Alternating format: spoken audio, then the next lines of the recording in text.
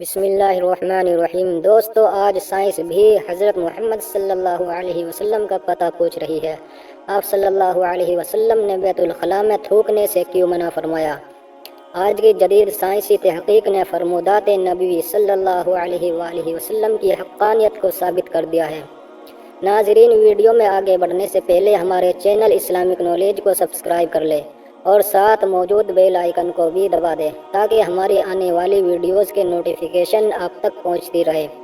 ناظرین، آپ صلی اللہ علیہ وآلہ وسلم نے فرمایا، فجر، اشراق، عصر، مغرب اور عشاء کے دوران سونے سے باز رہا کرو۔ آج میڈیکل سائنس نے ڈسکور کیا ہے کہ کرہ ارض پر فجر اور اشراق کے دوران آکسیجن کی مقدار بہت کم ہوتی ہے۔ اگر ہم اس وقت سو جائیں تو ہماری طبیعت میں بوجھل پن آ جاتا ہے، ہم آہستہ آہستہ چڑچڑے اور بیزار ہو جاتے ہیں۔ عصر سے مغرب اور مغرب سے عشاء کے درمیان آکسیجن کم سے کم تر ہوتی چلی جاتی ہے۔ ہم اگر اس وقت سو جائیں تو ہمارا جسم آکسیجن کی کمی کا شکار ہو جاتا ہے اور ہم 10 مختلف بیماریوں میں مبتلا ہو سکتے ہیں۔ ان 10 بیماریوں میں دمہ بھی شامل ہے، لہٰذا یہ اوقات سو کر نہ گزارے، آپ پوری زندگی صحت مند رہیں گے۔ آپ صلی اللہ علیہ وآلہ وسلم نے فرمایا کہ بدبودار اور گندے لوگوں کے درمیان نہ بیٹھا کرو۔ یہ حکم بھی حکمت سے لبالب ہے۔ بدبو انسان کو ڈپریش کرتی ہے، جبکہ خوشبو ہماری توانائی میں اضافے کا باعث بنتی ہے۔ انسان اگر روزانہ 10 منٹ بدبودار اور گندے لوگوں میں بیٹھنا شروع کر دے تو یہ 20 دنوں میں ڈپریشن کا شکار ہو جائے گا۔ آپ صلی اللہ علیہ وآلہ وسلم نے شاید اسی لیے ہمیں بدبودار لوگوں سے پرہیز کا حکم دیا۔ آپ صلی اللہ علیہ وآلہ وسلم نے فرمایا کہ ان لوگوں کے درمیان نہ سوئے جو سونے سے پہلے بری باتیں کرتے ہیں۔ یہ فرمان بھی حکمت کے عین مطابق ہے۔ آج سائنس نے ڈسکور کیا کہ نیند سے پرابلم ہماری آخری گفتگو ہمارے خوابوں کا موضوع ہوتی ہے اور یہ خواب ہمارے اگلے دن کا موڈ طے کرتے ہیں۔ ہم اگر برا سن کر سوئیں گے تو ہم برے خواب دیکھیں گے اور ہمارے برے خواب ہمارے آنے والے دن کا موڈ بن جائیں گے۔ ہم خوابوں کے طے کردہ موڈ کے مطابق زندگی گزارتے ہیں، چنانچہ نیند سے قبل ہماری آخری محفل اچھی ہونی چاہیے تو ہی ہمارا اگلا دن اچھا گزرے گا۔ آپ صلی اللہ علیہ وآلہ وسلم نے فرمایا کہ بائیں ہاتھ سے نہ کھاؤ۔ یہ فرمان بھی عین سائنس ہے۔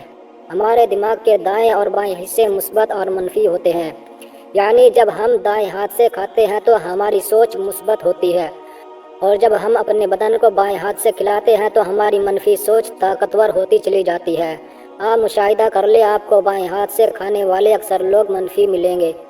یہ ہمیشہ آپ کو شک و شکایت اور غیبت اور دوسروں کو نقصان پہنچاتے نظر آئیں گے۔ آپ صلی اللہ علیہ وآلہ وسلم نے فرمایا کہ منہ سے کھانا نکال کر نہ کھاؤ۔ تحقیق سے اس فرمان کی بھی حکمت سامنے آتی ہے۔ ہمارے منہ میں 10 کروڑ سے 1 ارب تک بیکٹیریاز موجود ہوتے ہیں۔ یہ بیکٹیریا مہلک جراثیم بن جاتے ہیں۔ یہ جراثیم ہمارے کھانے میں مل جاتے ہیں۔ یہ کھانا جب معدے میں جاتا ہے تو معدے کے غدود ان جراثیم کو مار دیتے ہیں اور یہ ختم ہو جاتے ہیں، لیکن جب ہم جراثیم ملے کھانے کو منہ سے نکال لیتے ہیں تو ان جراثیم کو آکسیجن مل جاتی ہے۔ یہ آکسیجن سیکنڈز کے 1000ویں حصے میں ان جراثیم کی تعداد خربوں تک پہنچا دیتی ہے۔ یہ جراثیم معدے کے غدودوں سے بھی زیادہ طاقتور ہوتے ہیں۔ اس طرح یہ لقمہ ہمارے معدے میں پہنچ کر زہر بن جاتا ہے اور یہ زہر ہمارے پورے نظام کو تباہ کر دیتا ہے۔ آپ کو زندگی میں کبھی کوئی ایسا شخص صحت مند نہیں ملے گا جس کو منہ سے لقمہ نکال کر کھانے کی عادت ہو۔ آپ صلی اللہ علیہ وآلہ وسلم نے فرمایا کہ ہاتھ کی انگلیوں کو چٹکایا نہ کرو۔ سائنس کا کہنا ہے کہ ہم میں سے جو لوگ انگلیوں کو چٹکاتے ہیں، یعنی ان کے کڑاکے نکالتے ہیں، ان کے جوڑ کھلنا شروع ہو جاتے ہیں اور پھر یہ لوگ جوڑوں کے درد کی شکایت بھی کرتے ہیں۔ آپ صلی اللہ علیہ وآلہ وسلم نے فرمایا کہ جوتا پہننے سے پہلے اسے جھاڑ لیا کرو۔ ہماری زندگی کے عام واقعات میں کیڑے مکوڑے، بچھو، چھپکلیاں اور چھوٹے سانپ ہمارے جوتوں میں پناہ لے لیتے ہیں۔ ہمارے بچے بھی جوتوں میں کیل، کانٹے یا بلیڈ وغیرہ پھینک دیتے ہیں۔ تو جب ہم جوتا پہنتے ہیں تو ہمارے پاؤں زخمی ہو جاتے ہیں یا پھر کیڑے مکوڑے ہمیں کاٹ لیتے ہیں، لہٰذا جوتا پہننے سے پہلے اسے جھاڑ لینا چاہیے۔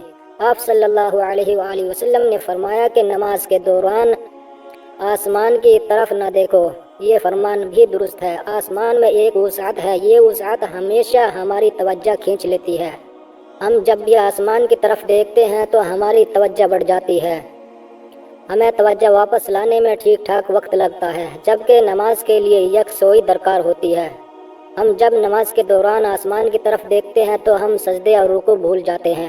یہ فارمولہ تخلیقی کاموں کے لیے بھی اہم ہے۔ اگر کوئی لکھاری لکھتے ہوئے، مصور تصویر بناتے ہوئے اور موسیقی کار دھن بناتے ہوئے آسمان کی طرف دیکھے تو ان کا تسلسل ٹوٹ جاتا ہے، یہ اپنا کام مکمل نہیں کر پاتے۔ شاید یہی وجہ ہے کہ دنیا کا زیادہ تر تخلیقی کام بند کمروں میں مکمل ہوا۔ انبیاء، اولیاء اور بزرگان دین نے بھی بند جگہوں پر اللہ سے لو لگائی۔ آپ صلی اللہ علیہ وآلہ وسلم نے فرمایا کہ رفع حاجت کی جگہ مطلب ٹوائلٹ میں مت تھوکو۔ یہ حکم اپنے اندر دو حکمتیں رکھتا ہے۔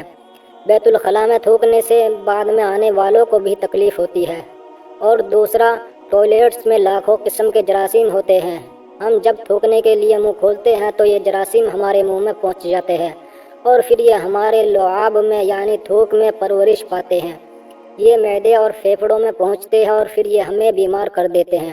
آپ کو یہ جان کر حیرانی ہوگی کہ ہماری ناک جراثیموں کو پھیپھڑوں تک نہیں جانے دیتی۔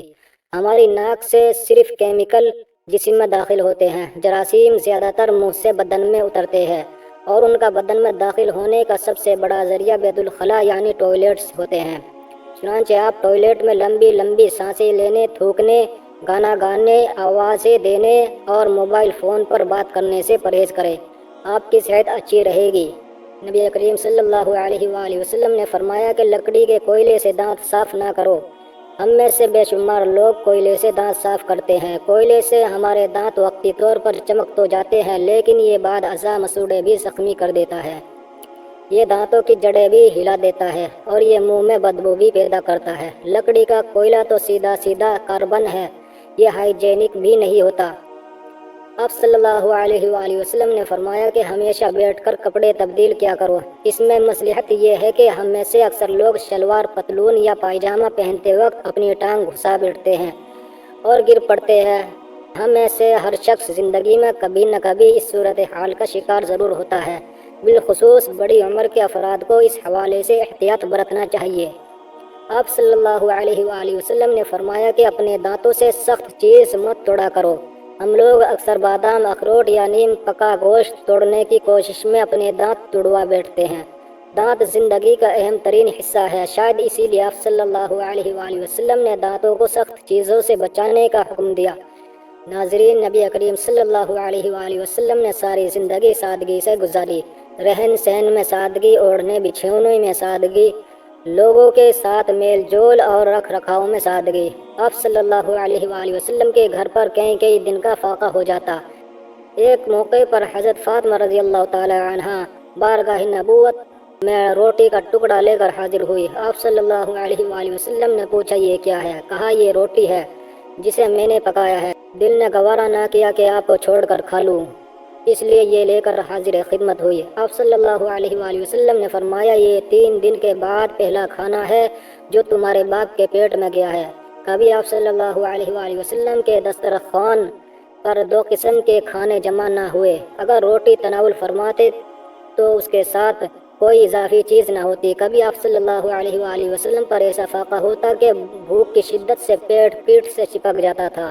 غزوہ خندق کے موقع پر حضرت طلحہ رضی اللہ عنہ نے کھدائی کے دوران حضور اکرم صلی اللہ علیہ وآلہ وسلم کے پاس آ کر شکایت کی اور اپنا پیٹ کھول کر دکھایا۔ اس پر ایک پتھر بندھا ہوا تھا۔ یہ دیکھ کر آپ صلی اللہ علیہ وآلہ وسلم نے بھی اپنے شکم مبارک سے کپڑا اٹھایا۔ ابو طلحہ رضی اللہ عنہ کہتے ہیں کہ ہم نے دیکھا کہ آپ صلی اللہ علیہ وآلہ وسلم جس میں اطہر سے 2 پتھر بندھے ہوئے تھے۔ جب بھی اگر آپ چاہتے تو آپ صلی اللہ علیہ وآلہ وسلم کے لیے کیا کچھ سامان عیش و عشرت کا انتظام نہ ہوتا۔ مدنی زندگی کے آخری دور میں خصوصاً خیبر و حنین کی فتح کے بعد سامان عیش و عشرت کا انتظام نہ ہوتا۔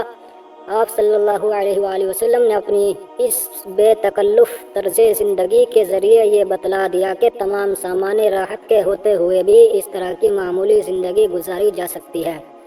دوستو، ویڈیو اچھی لگنے کی صورت میں اسے لائک اور شیئر ضرور کیجیے گا اور چینل کو سبسکرائب بھی کر لیجیے گا۔ ملیں گے ایک نئی ویڈیو کے ساتھ، تب تک کے لیے اللہ حافظ۔